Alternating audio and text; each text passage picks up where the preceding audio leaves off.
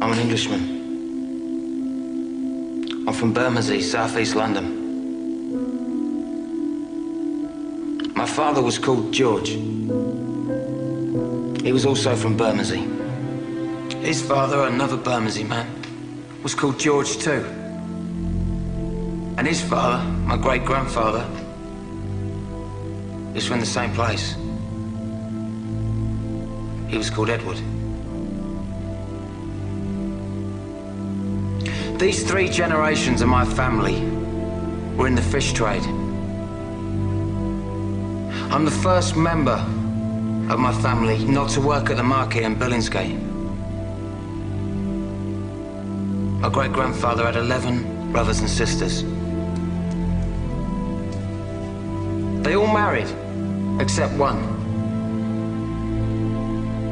They had 43 children. Of these, 37 married. And between them, they had a further 159 children. One of those was my father. I don't know exactly how many of his generation married or exactly how many children they produced. I've so far tracked over 200 of them. Many still live in Bermondsey. Some are still in the fish trade.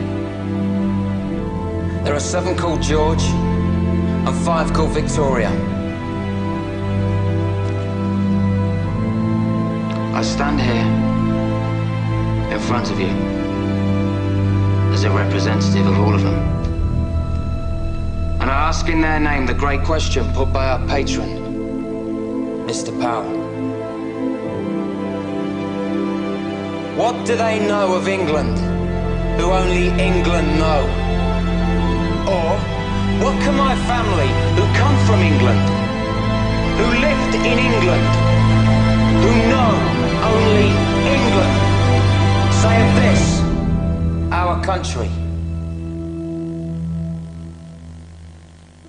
Mr. Powell once spoke of the destruction of ancient Athens and the miraculous survival in the blackened ruins of that city of the sacred olive tree, the symbol of Greece, their country. And he also spoke of us, the English, at the heart of a vanished empire, seeming to find within ourselves, like one of our own oak trees, the sap rising from our ancient roots. And he said, perhaps after all, we who have inhabited this island fortress for an unbroken 1,000 years, brought up, as he said, within the sound of English birdsong, under the English oak, in the English meadow, beneath the red cross of St. George, it is us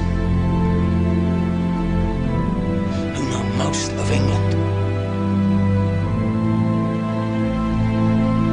And I appreciated him for saying that,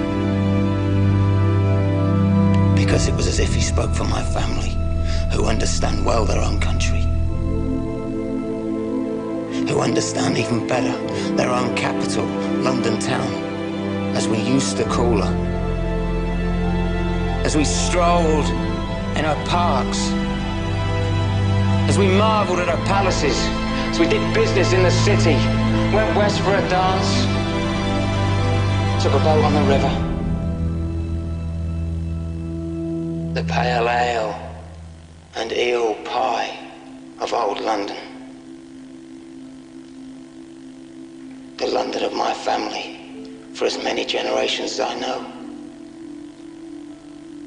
The London that within 15 years will be less than 50% white.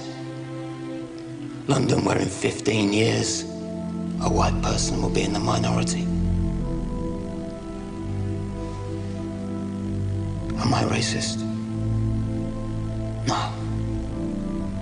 Do I have anything against people of other races? No. Would I prevent them from coming into my home? No. So what then is my gripe? My gripe. And I speak on behalf of 7 men called George and 5 women called Victoria. My gripe is quite simple. My gripe place that we were never asked. My gripe is that we were told, not asked. And every day we are told again and again how we are to be and how our country is to be.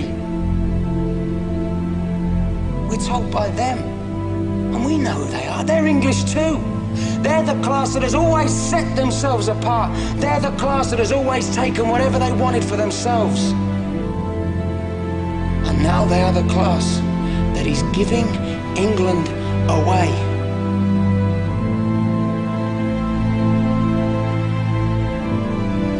They have never asked us, and they never will. Do we allow them to sell our heritage?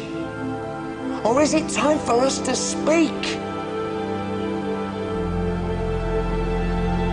To speak. To refuse them the right to give away our holy, our bountiful, our only England that has nurtured us naked, grown us as the oak. Is it time for us that England know to come yet again and defend our country with our fire, our fists?